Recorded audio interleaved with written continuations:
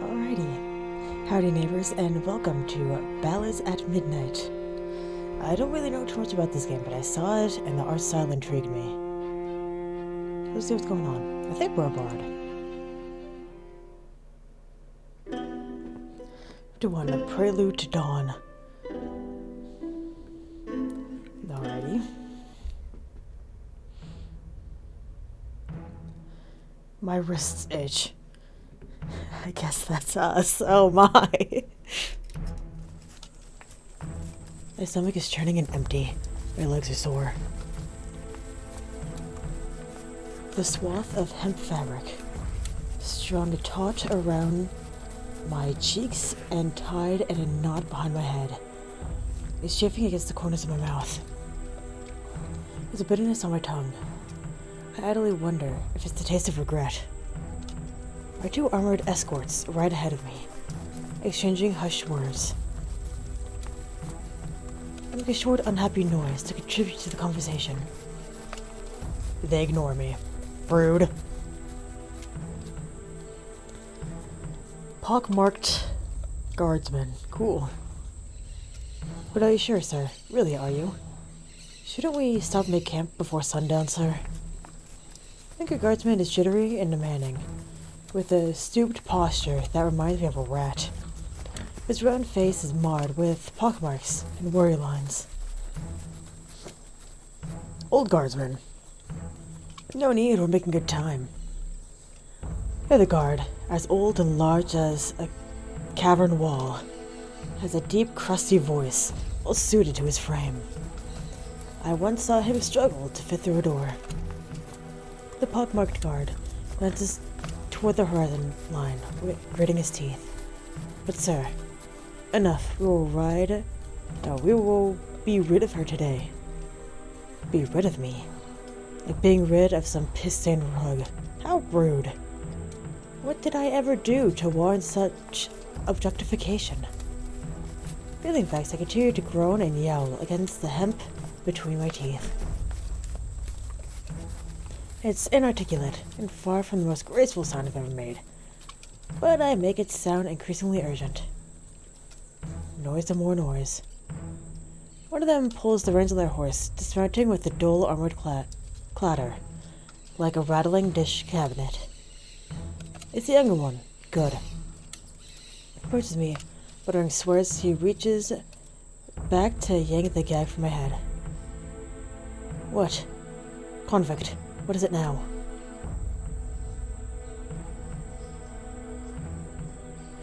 Okay, but why is my outfit so cute? Most people play the Young Ring.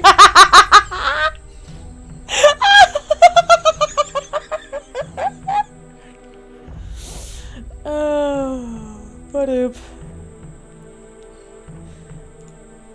And save. How many? Oh, we're good.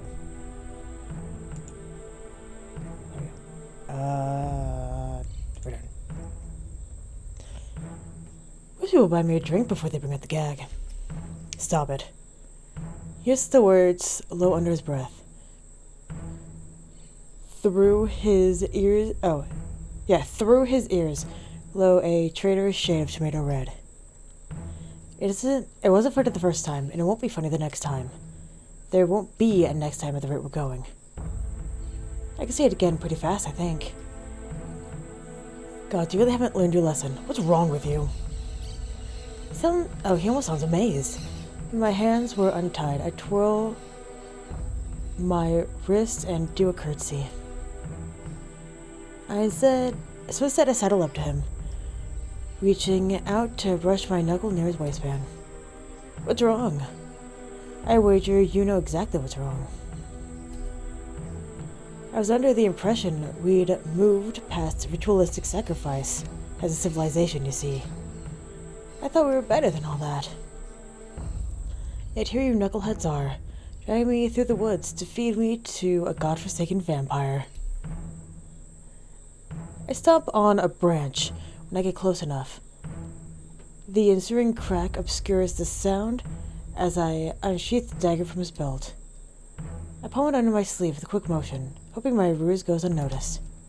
The guard stumbles away from me. He draws his sword to keep me at bay, snarling.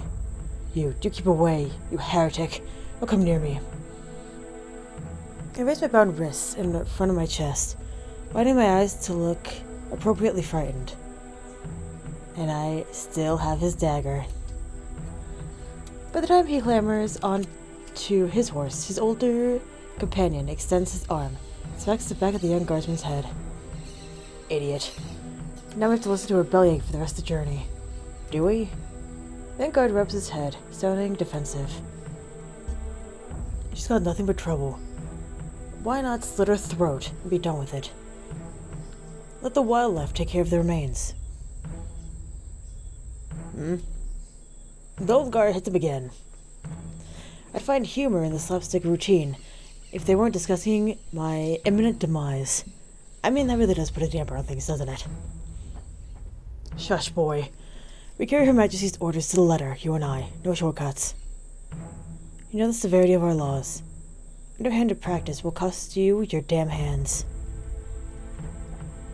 The pockmarked guard hunches further at his shoulders.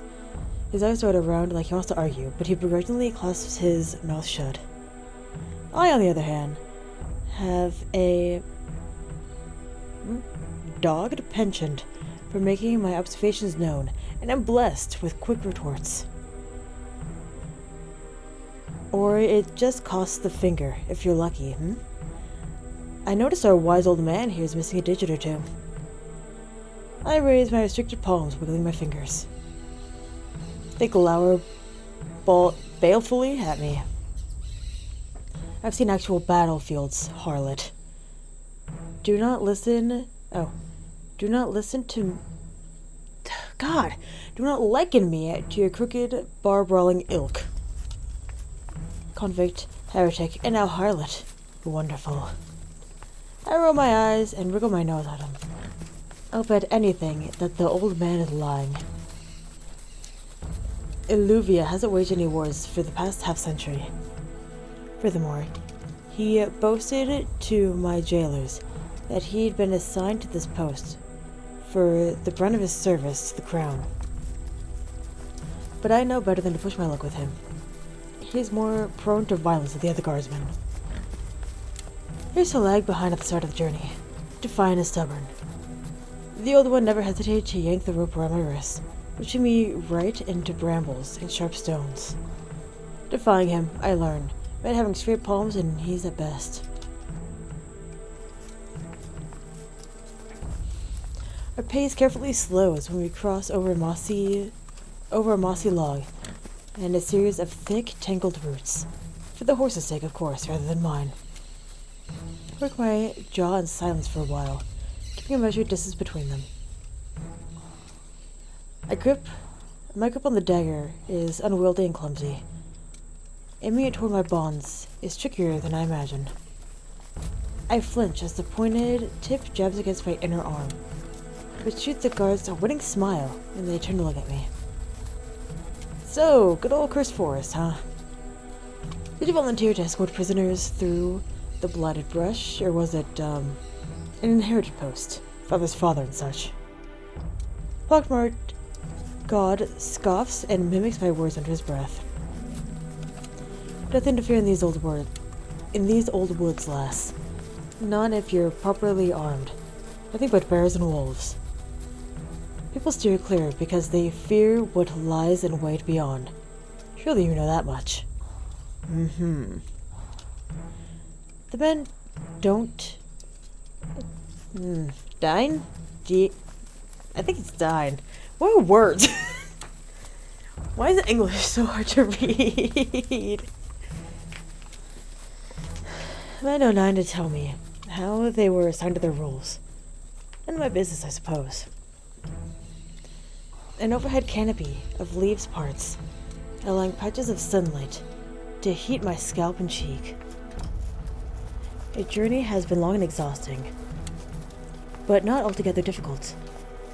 I'd even consider it idyllic from the perpetual backdrop of birdsong and distant running water. Any sense of Leisure sinks and coils in the pit of my stomach as I realize the birds have gone silent, and the sound of water has risen into a dull roar. Before us is a murky disk of water, blemished green with algae. Miles long, miles wide, in harrowingly uncertain depth. A jagged, ostentatious estate, retreating from the ground like a sword through someone's back, looms across the water's expanse. Not the first decrepit castle I've seen in my travels, but perhaps it may be my last. That's where I'll be staying then. Home sweet home. Shit. I've barely shorn through a quarter of my restraints. Even if I make a break for it now, they'd run me down on horseback. I tried it before, back when they marched me through the greater plains. Nearly trampled me into paste. Quiet down, you sorry lass. You may wish to take this time to consider your last words. It's not a bad idea. I could hit you with a real zinger before I go. The old guard groans, mumbling a bitter prayer. I barely have time to hide the dagger before he dismounts and shoves me with more force than necessary. He loads me unceremoniously into the ram-shackled little boat, leaving the pot-marked guard to deal with me while he tends to the horses. It's a boat! My breath catches when the remaining guard takes the seat opposite me. His gawky movements nearly makes the boat capsize before we had even left the shore. The boat cuts through the algae like a knife. Here on dry land, the old guardsman takes a heavy seat in the grass as he watches the sun descend. It's a more serene view than he deserves. I take a deep breath and open my mouth to shout.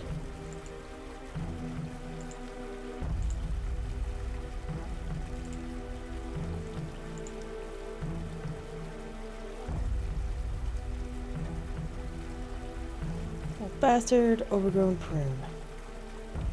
Oh, both of these make stinky faces. Good prune. Overgrown prune. The young guard bites back a chuckle and clears his throat. I suppose he's freer to find revelry now that we're safe distance away.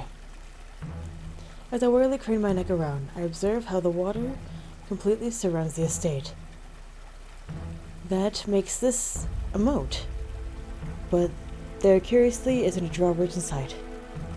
At the northeast and westward edges, the moat connects to a river, following one side that will lead one straight to the rubefying ocean. It's quite lovely, really, to be surrounded by such a wealth of natural water. Shame I never learned how to swim. I suppose I can persuade you to ferry me over yonder, all the way around the estate, on the other side of the shore. The guard elects not to reply. He won't even look at me now. Aside from the oars carving through the water, the remaining boat ride is hushed and nerve-wracking. I sit up straight and sock-like, trying to keep my weight centered, despite the stingy insects nipping at my neck and ankles. The sun turns red as it dips closer to the horizon.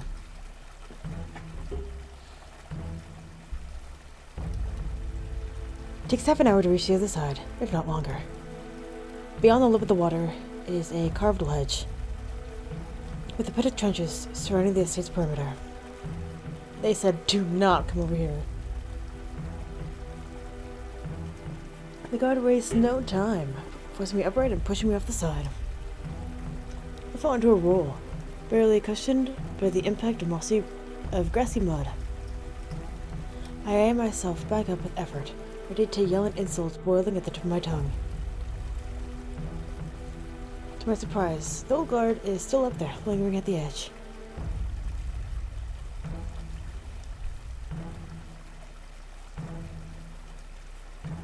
Miss me already?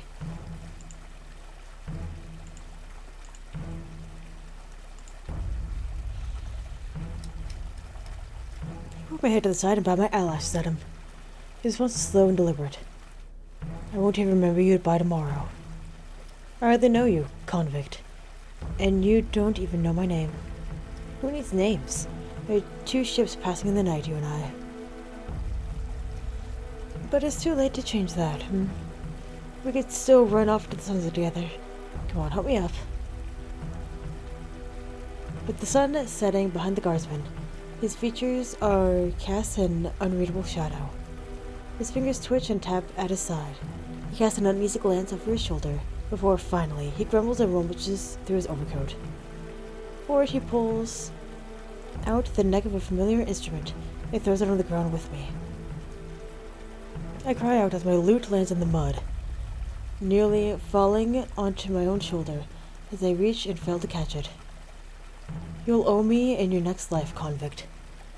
I hope this accursed thing provides you some comfort in your final moments. I glare up at him. The old man made you nervous, didn't he? All the talk about cutting off hands for being underhanded. Shut up. I knew you were acting jumpy for a reason. I just knew it. You're going to pawn? Oh, you were going to pawn off my poor old beauty here. But now you don't want to risk getting caught with it. Harlot. He spits at me before he hurries away. I listen for the sound of the boat slashing the water, then the creak of oars shortly thereafter. Now why is it that when people don't know what else to argue with a woman, they must remark on how frequently she has sex? With effort, I dislodge a dagger from the inside of my sleeve. Still unwieldy, but cutting myself loose is a little easier, when I don't need to hide the blade from my captors.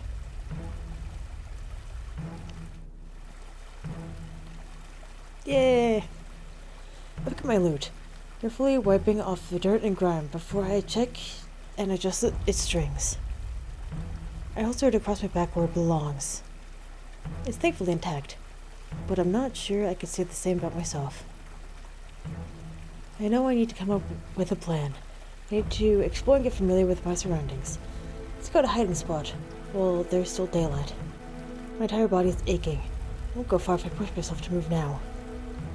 Check the inside of my clothes for the last of my possessions, kept safe and hidden under the lining. I've never been more grateful to have learned invisible stitching. A handful of coins in my songwriting journal are all I have left. I had hidden a number of small blades on my person, but I was too reckless in my previous escape attempts. They kept getting caught, and they confiscated all my knives. The guardsman's dagger ain't too shabby, at least. I took the blade into my belt, careful not to poke myself. I'll be ready to use it when it's dark. The ledge I fell from casts a long shadow. I edge away from it into the remaining light and concentrate on taking deep, rejuvenating breaths. It's a creature of the night. I've heard it can change its very shape. If it persuades me in the form of some animal, I doubt it can outrun it for too long. It was pursue! Fuck! If it pursues me in the form of an animal... I hate English. Why is it so hard? It's wise to save my strength so I can battle whatever form it takes. After all, I'm determined not to go down easily.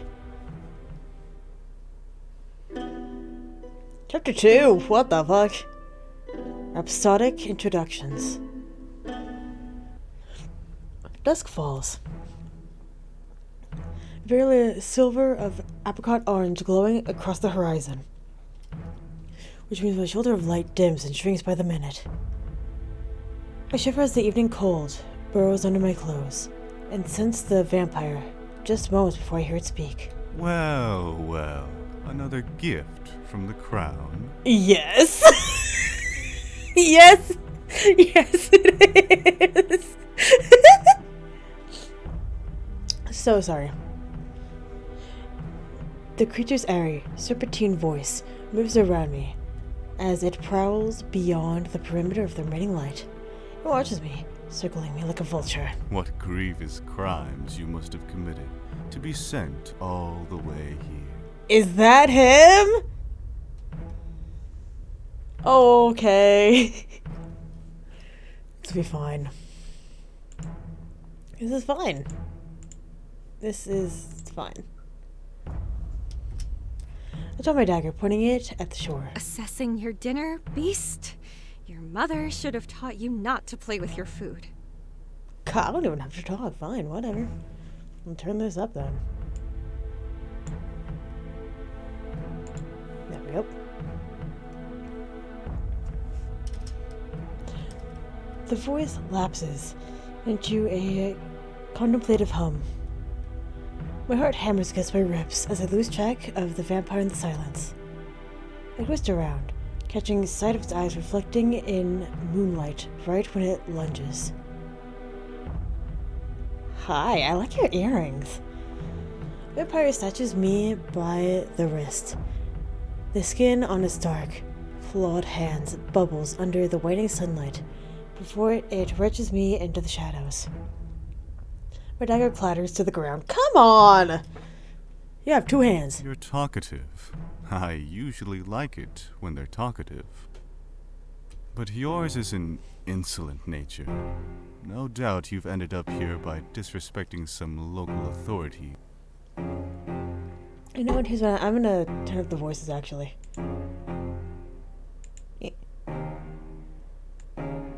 Crank that shit.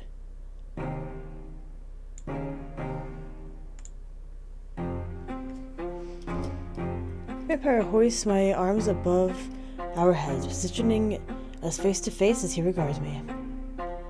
I scrutinize him in turn. He bears similarities to a human man, but I steal a glance upward, preserving his already healed hand with dismay. You smell of chain rust, fresh soil, dried blood, and incense. But of course. Yeah, I'm a big hit with nuns and orphans. What am I doing? This isn't time for banter. I struggle in his grasp. He steps forward, and we remain blanketed under the gloom of darkness. His small clatter underfoot as he drives his boot under my dagger. He sits upright and then snatches the blade out of the air in a fluid motion. He twirls the dagger between his long fingers, raising it. Most unusual. Few of my guests manage to smuggle a means to escape their bonds. If I had to wager, you must be a talented cutpurse, which wouldn't be the worst offense, all things considered.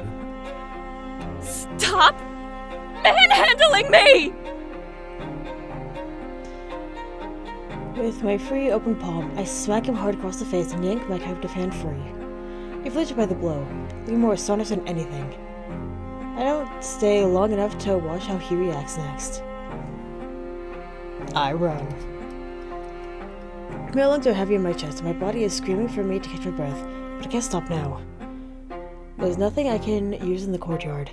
My only hope is to head into the estate, and hope to find a means of escape. There's gotta be a ladder, or something I can use to scale that damn ledge. Then I just need to find something buoyant, like a wood panel, or a door, something. Hold on. I have to sneeze.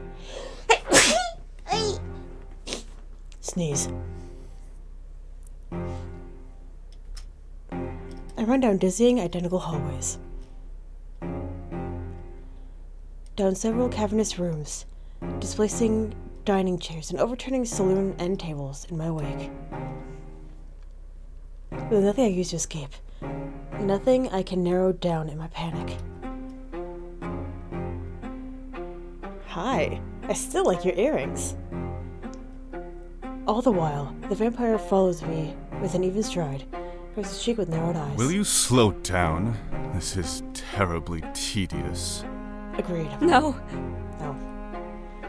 He hasn't changed his shape, and I know how quickly he could pounce if I let him get near. I can't let him get close. I topple a nearby cabinet, sending it careening onto the floor between us. The vampire makes a small, offended noise amid the sound of crushing glass. Before he can react further, I seize a standing vase and hold it aloft, ready to throw. Stop. Stop. Stop it. Calm down. I pivot my grasp on the lip of the vase, putting my arms menacingly. Water flowers slush onto the floor. You dare to tell me to calm down? Really? There's an audibly muffled sigh, and the vampire steeples his hands in front of his nose. I despise the chase. Look at this blasted mess. You know, yeah, we're kind of being rude. You realize no one else lives here? After you're gone, who do you think has to clean up the remains of your rampage? Yeah, we're being dicks. I'm sorry. Are you criticizing the way I'm fighting for my life? Yes. You must understand, mortal. Despite what the good people of Illuvia will have you believe, I have no bestial compulsion to take your life, alright? Though I'll admit you have sorely tempted me with the prospect of your demise, there is a civilized alternative worth considering. A civilized alternative to becoming a withered, boneless corpse, decorating his hallway. I kept the vase aloft, halfway between a willful rebellion and uncertain curiosity. I'm listening. That is all I ask. First of all, this here. He dangles the dagger from between two fingers, as if it's the dirty sock he found in my chambers. As a show of good faith, I will return to you this nasty little thing. In exchange, you will not stab me with it. No promises. Its blade is neither sharp nor long enough to kill me, but it will deeply annoy me.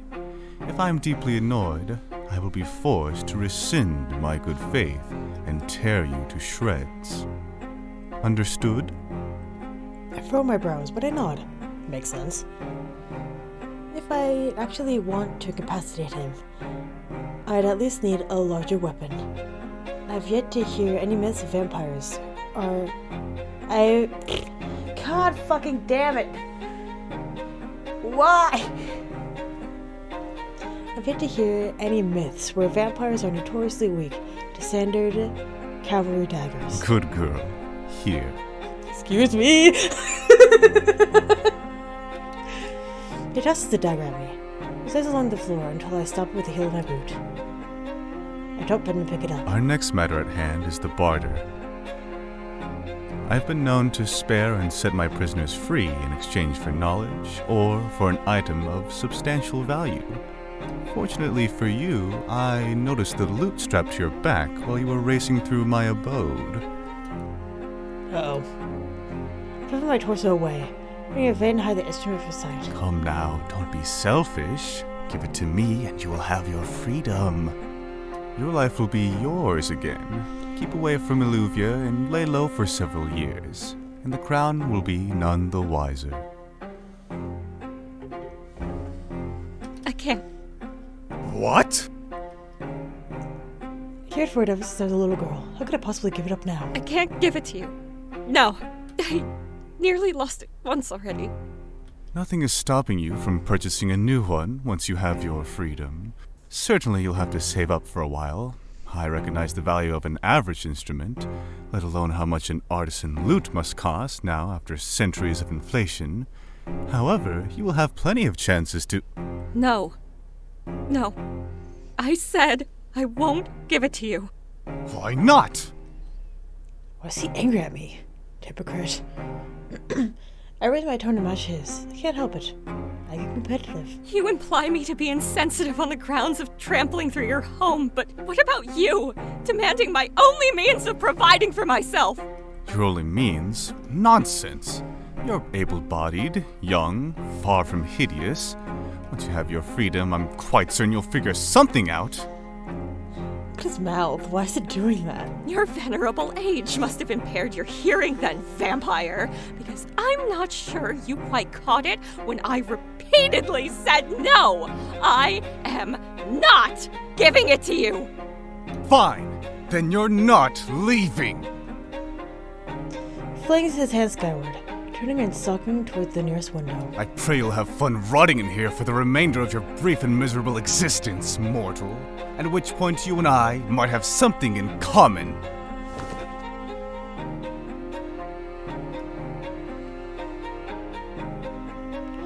He erupts into a vicious flurry of black mist. And the smoke clears. I see the flapping outline of a bat swing out of the window and into the night. I groaned between gritted teeth, jostling that stupid vase that I was still holding over my head. I'm tempted to smash it. I set it down and began gathering the displaced flowers with a dejected sigh. The blooms are vibrant, fresh, and fragrant. They're going to wilt without water. Gods, I just got into a screaming match with a vampire, and upset it so much that he had to, I don't know, go take an angry nap. I'm still alive. I should really count this as a win, but I don't know. It just is tight with apprehension. I was supposed to annoy him. He said he'd rip me to shreds if I annoy him. Damn it. Damn it! God damn it! What have I done? I should have offered to barter with something else. I'd be interested in the few coins I have. I can't bear to part with my music. But he mentioned an option to trade knowledge. Even if he had centuries to experience the world around us, surely there's an obscure nugget of wisdom I could impart. After all, I like to think that everyone I meet teaches me something new. I have some leverage if I could figure out what he already knows. If I can't, then I'll need to find something else to protect myself. The dagger will be of little use aside from cutting rope. Chapter 3. Stray Dog Serenade.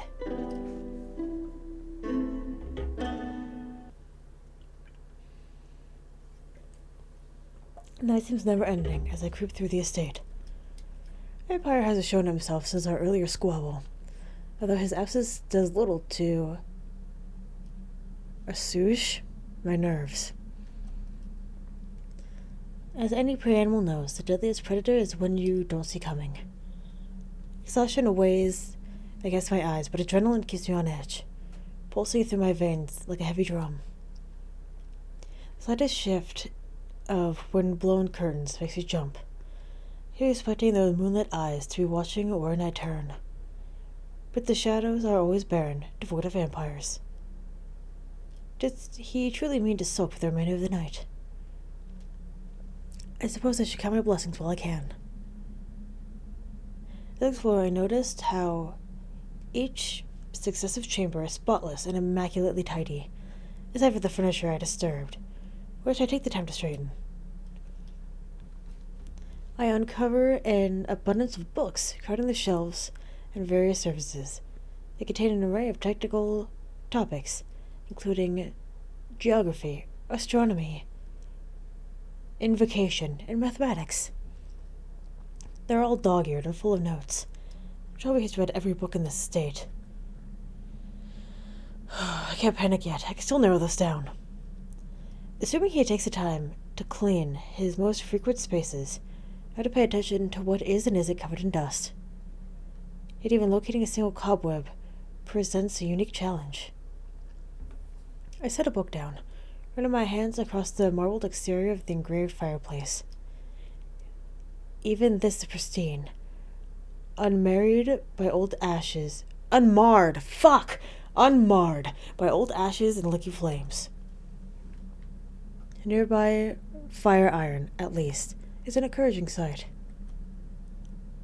I pick it up, give it a gentle swing, testing the weight, in which my arm throbs in protest. I have to remind myself to use my non-dominant hand. The firearm has a dull tip that's unlikely to pierce skin, but a divisive strike should send anyone reeling, even an immortal creature of the night. Of course, pissing him off by whacking him in the head is a last resort. I'm more interested in jabbing the fire iron into the ledge outside, using it as a handhold to climb my way up. The idea may sound absurd, but it could work. I won't know until I try. Although even if I successfully scale the ledge, I still have to defeat the moat somehow. My gaze wanders across the chamber. If someone is wealthy enough to build a castle, they usually enjoy surrounding themselves with larger-than-life portraits. One would think that I'd have found a big enough painting to pry off the wall and ride across the moat by now, but the decor is tragically modest. And I move to lower my arms, A golden glint reflects off the dark metal of the fire iron. Over my shoulder in cautious hope. There. Thin rays of dawn's light gleaming through the drawn curtains. My body practically moves on its own. I watch the window and wrench the curtains open. Morning daylight fills the chamber. I had never been happier to see the sun peeking over the mountains like an old friend. Though with a moment the curtains shift, a small beige shape moves with it across the floor. A rat. I hate rats. I've always been scared of them. When I boy with the shape, I observe how it doesn't continue to move. I do expect it, using the fire iron for support. It's just a furrowed scrap of parchment, brown and furrowed with age. Yet it is yet an unusual sight, considering how free of dirt and clutter the rest of the room is. Would you look at that? He's finally missed a spot. I suppose a vampire doesn't enjoy cleaning under the curtains, lest the sun sneak up on him unawares. I turn the paper over, noting the smudge of charcoal rubbing off my thumb. Part of a larger drawing. Maybe one of those enormous portraits I'm sorely missing. I'm sure it's worthless, but no harm holding on to it. Perhaps the vampire will appreciate my help in tidying up. I try and fail to hold back a yawn that makes my entire body shudder. The bloom of sunlight fixed in the sky, though refreshing to see, also serves as a reminder of how much time has passed, of how little sleep I've gotten. There won't be a better time to get some rest. I look about the chamber one final time. To be so surrounded by various furnishing is a mystifying sort of torture.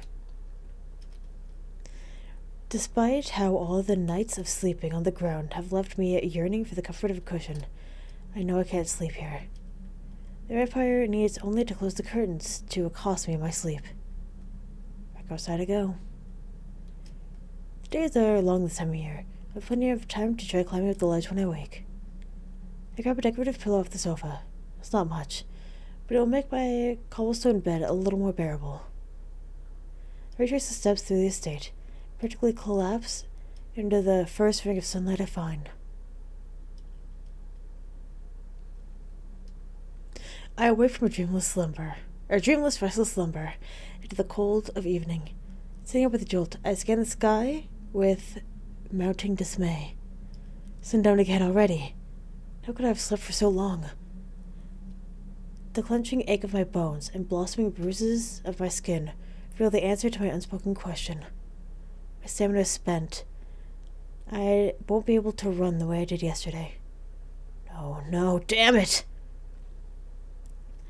It feels like the very shadows are reaching for me, streaking across the ground like long claws. Speaking of claws, hi! From the shade nearby, the vampire looks down at me with flat displeasure. Her ears curl instinctively around the fire iron. Oh, he's not talking this time, boo! You're still here, on the ground no less. Where else would I be? Why, I figured you'd have climbed onto the roof. Run some mental calculus to determine the best angle of approach, and then through the moat to swim to freedom. The beat passes as I stare at him.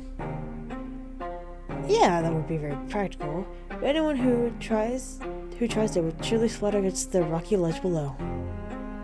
Perhaps, and if they made it to the water, they would discover the alligators in the moat. Alligators? Really? No. What the hell? I think I liked you more when you were menacing me about what crimes I committed. She dislikes the taste of her own medicine. Shocking.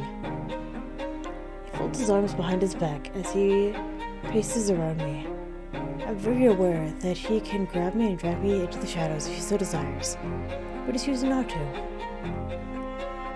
You never did tell me what you did to get sent here. You're right, I didn't. We stared at each other, sharing an ugly pause. But I apologize for my behavior last night, and for making a mess. Truly. It looks as though he's expecting a punchline. Yes, truly. I don't know what it's like to own an estate, but I'm sure it's dreadful having someone run through it. Indeed. Well, you told me what you were planning to do with my fire iron. What, this whole thing? I could lie to him, but I see a little point. Well, I've developed a skill for enthralling an audience with tall tales. It's not as if I could trick them into believing my stories are real. Unless they're children, of course. And the pasty vampire doesn't seem terribly childlike thus far. In any case, I'm not a good liar. When one is not a good liar, honesty is by far the better policy. If you laughed at me, I would have tried to swing it at you. But also thought I could use it as a handhold to get over the ledge. I cannot begrudge you for your caution against me. But using a fire iron as a handhold, really? The ledge is made of solid stone. What? It's old, isn't it? Surely the stone has weathered down over the years. It most certainly has not. You won't begrudge me for trying anything at my disposal.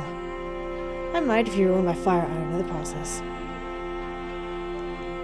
You need not try such inventive tactics if you agreed to barter with me. Right, yes, about that. I'll have you know I'm extremely well-traveled. How informed are you about recent history and new discoveries throughout the world? What makes you think I'd be interested in such things? You mentioned you were open to trading knowledge. I remember it like it was just yesterday.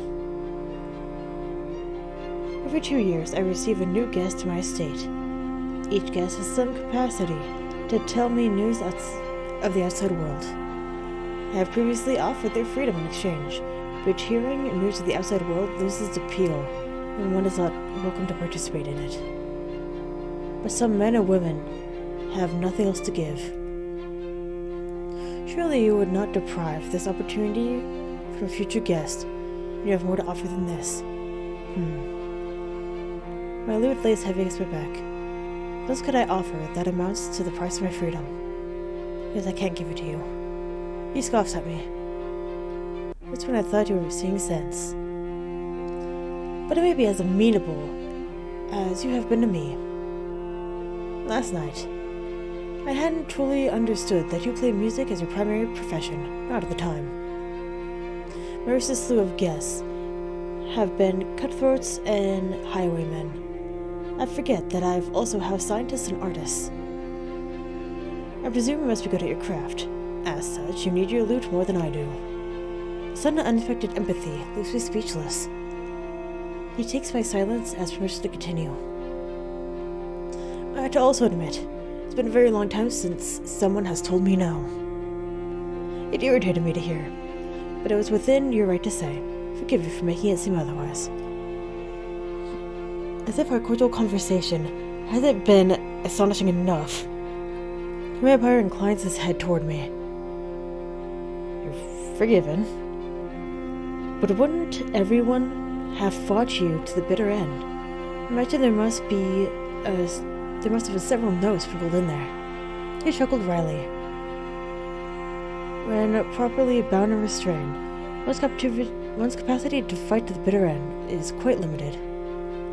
I expect this leads itself to making my guests more amenable. Yeah? Amenable. Fuck words. Negotiation. Giving me anything I should desire. Ooh, he really wasn't expecting me to break free from my bonds. Whatever the matter, I propose we approach this from a new angle. What do you want, mortal? If freedom has no strong appeal to you, perhaps be more interested in power and immortality. I don't miss the... What? Saturine? I have no idea what that word is. The something way. He says that last word. No, I'm fairly sure I do want freedom. I can't imagine what price I'd have to pay for the other two. My stomach growls. I could use some food. Food. Even if I get out of here, the nearest village is miles away. I won't get far on an empty stomach. We'd ask a vampire to feed you. A marvelously modest start to our negotiative relationship. Empty stomach shall be filled.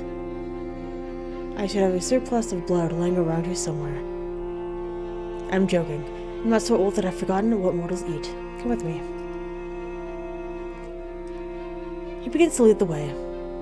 I struggle to my feet, but have enough difficulty steadying myself that he pauses and turns to observe me. I end up using the fire iron to help me maintain my balance, like a metal walking stick. They look pitiful. I'm sure. My apologies for not being the picture of grace after a 9-day hike with slave-driving guardsmen. Where exactly do you plan on taking me? The vampire was kind enough to slow his pace and walk with me in parallel tandem, though he stays in the shadows, and I in the waning light. You're suddenly paranoid. Take you somewhere where I can feed you, like we agreed. You mean to feed on me, don't you? No. He says it with such disgust that I gape at him, taken aback. Don't even begin to act offended. Have you looked at yourself? Filthy, dragged through prison cells and mud. Your taste most certainly will be foul. I bite back a retort, and I'm about how I'm supposed to taste. More importantly, you're really not going to kill and eat me, ever. Covered in muck as you are, I have no desire to touch you. Ew. You doubt me. I know. It sounds like you'll attack me at the moment I'm clean. And I can't get a read on you. Maybe it's... Maybe it's that. To lure your victims into a false security. How easily you remark on a stranger's that. I had my suspicions that you were a traveler, but I'm certain now that you could not have been raised in Illuvia. Ah yes, beautiful Illuvia, kingdom of ungrateful prudes. They don't appreciate me here at all. I'm quite certain they do not. You may have a seat and wait here. I can't guarantee the chairs won't bite. Very funny. He smirks a little at that. Though he turns as if to hide it. The kitchen is nearby, I won't be long. I caught a glimpse of the kitchen during my exploration last night. I noticed it was stocked with well-loved pans and utensils, but I never imagined he meant to use them with any frequency. I expect you'll stay put, but fully wounded as you are. If you wander off and I can't find you, I have to deposit your meal into the moat. Very well. I'll tame my adventurous spirit for the time being. I want your imaginary alligators to be fed in my place. You're catching on. Good girl. True to his word, the vampire returns in short order. He sets a tray loaded with roasted roots and grilled perch before me. A simple enough meal. One of the most beautiful sights I've seen in recent memory. It's not a plate of blood. It is not. Shall I switch it out for you? No, I'll be quiet.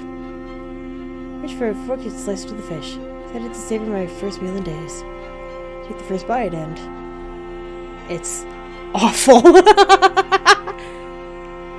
Some of the prison slop tasted better than this burnt, over-salted tragedy. Even stranger, tastes of cinnamon, garlic, and coffee. At this point I have no idea what I'm eating. I'm too hungry to stop. I must have outdone myself. Difficult to breathe. Mortals need air in their lungs, I hear. It is delicious, isn't it? Her pause against my lips.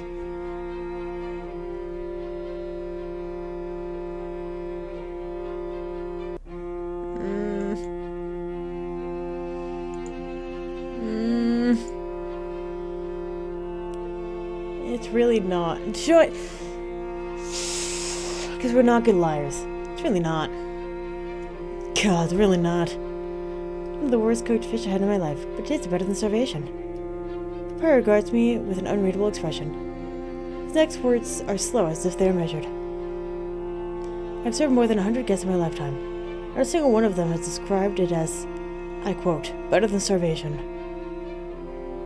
Without constructive criticism, how will you improve? Surely you will not begrudge me for being honest. Vampire watches me finish my next bite, eyes narrowed. No matter. I care not what you think of my cooking. The lower lip is unmistakably jutted into a small pout. But I don't get to see it for long. I have given you a meal. I will now give you something I want in return. Why do you keep insisting on these inane little traits? He shrugs his shoulders with a touch of derision. It is my nature. Nothing ventured, nothing gained. No service without cost. Fine, vampire. Can I interest you in a song? Arch's brow says nothing, but I can tell I piqued his interest. I've seen your books. All technicality, no whimsy. It must have been some time since you last heard a compelling story. I shift my lute into my arms, strumming it once for intrigue. A tempting little preview. Very well, Bard. A song in exchange for the meal. I lower my gaze to my lute, heaving a sigh I didn't know I was holding. Good, I just have to play a single song. It's a spur request, one I've filled thousands of times over in several dozen taverns, but the thrill of anticipation is making my fingers jitter. Just yesterday, I was grimly certain that I would never perform again. Now I'm performing for the vampire who's supposed to tear me to shreds. I trace a fingernail over a single string. Then I pluck at each string sequentially, testing and tuning in turn. Then I begin to play. The vampire, who until now had a perpetual proclivity for pacing, slows and pauses mid-step to watch me, with his hands folded on a writing table. My voice turns into the best weapon I could have wielded, stronger and sharper than any knife or fire iron. Notes trickle from my lungs, rush through my throat, and pour from my lips into a song that floods the room with a tale most forlorn. The ballad I've chosen starts melancholic, full of a young man as life takes and takes from him. His father is the first to be taken, life cut short by the plague. His betrothed then next, abandoning him for a wealthier man. When he's brutally mugged and left for dead, he feels as though his last remnants of peace have been torn to shreds. He finds himself alone, left behind, forgotten. His mind is swallowed whole by rage and grief and self-loathing until one day, he decides it's his turn to take. He takes a torch to the stable of his former betrothed. He takes a noble woman's heart with a false oath and pretty words. He takes the world by storm, molding it like wet sand to fulfill his every desire. When I finish the song, I offer the vampire a small bow. Throughout my entire performance, his gaze clung to me like a thorn, never once wavering from my body. What a rich protagonist. I don't like it. It's one of my most requested tavern songs. How baffling to hear that human men find inspiration in an egocentric finale. There's a version of the song with a female protagonist.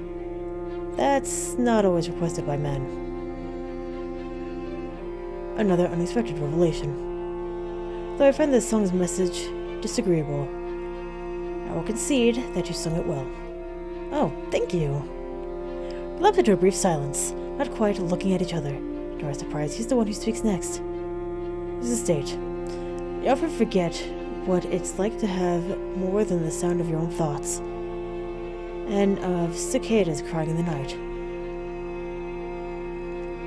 With nothing to interrupt the passage of immortality, silence can be maddening.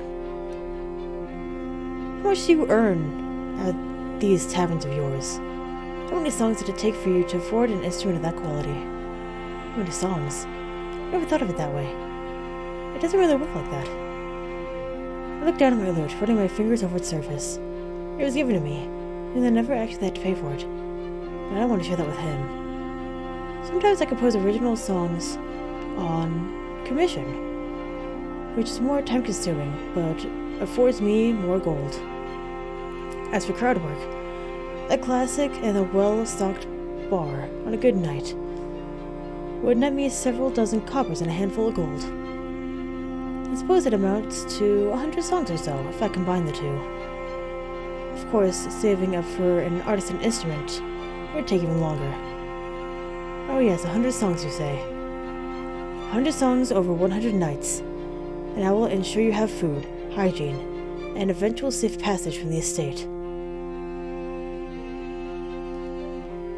Hygiene? But if I'm clean, you want to suck my blood. You will be clean in the day and dirty yourself at night if it pleases you.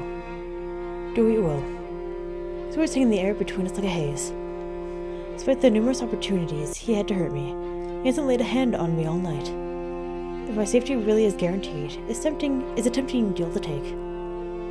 Besides, it's not like I have many other options. Some songs may let me go. You won't try to steal my loot while I sleep. You take me for a common thief. How dare you? Such an appalling accusation, and you can clearly see I still have all my fingers.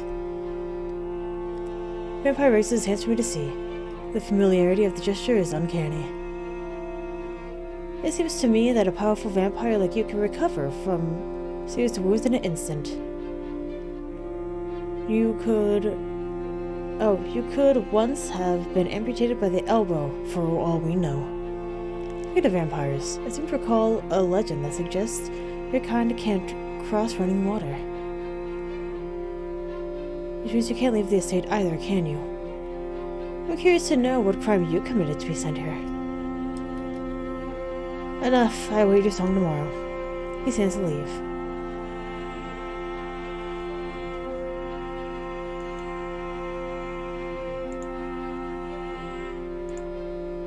This was great. I hope you see me in your nightmares. Good night, sweet prince. Don't let the bedbugs bite. I realize I am not going to sleep.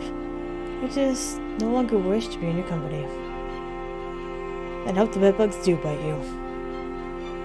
I'm just speaking that way, and there may be more biting than you bargained for, mortal. I'll have my mouth shut. He strides to the nearest window.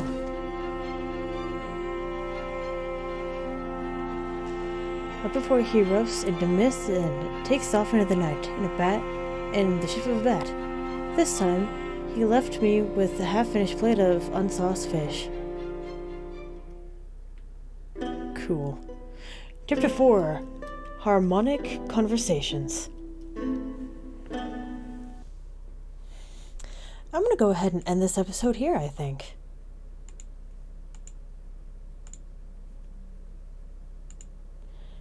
So thank you very much for watching, and hopefully I'll see you later.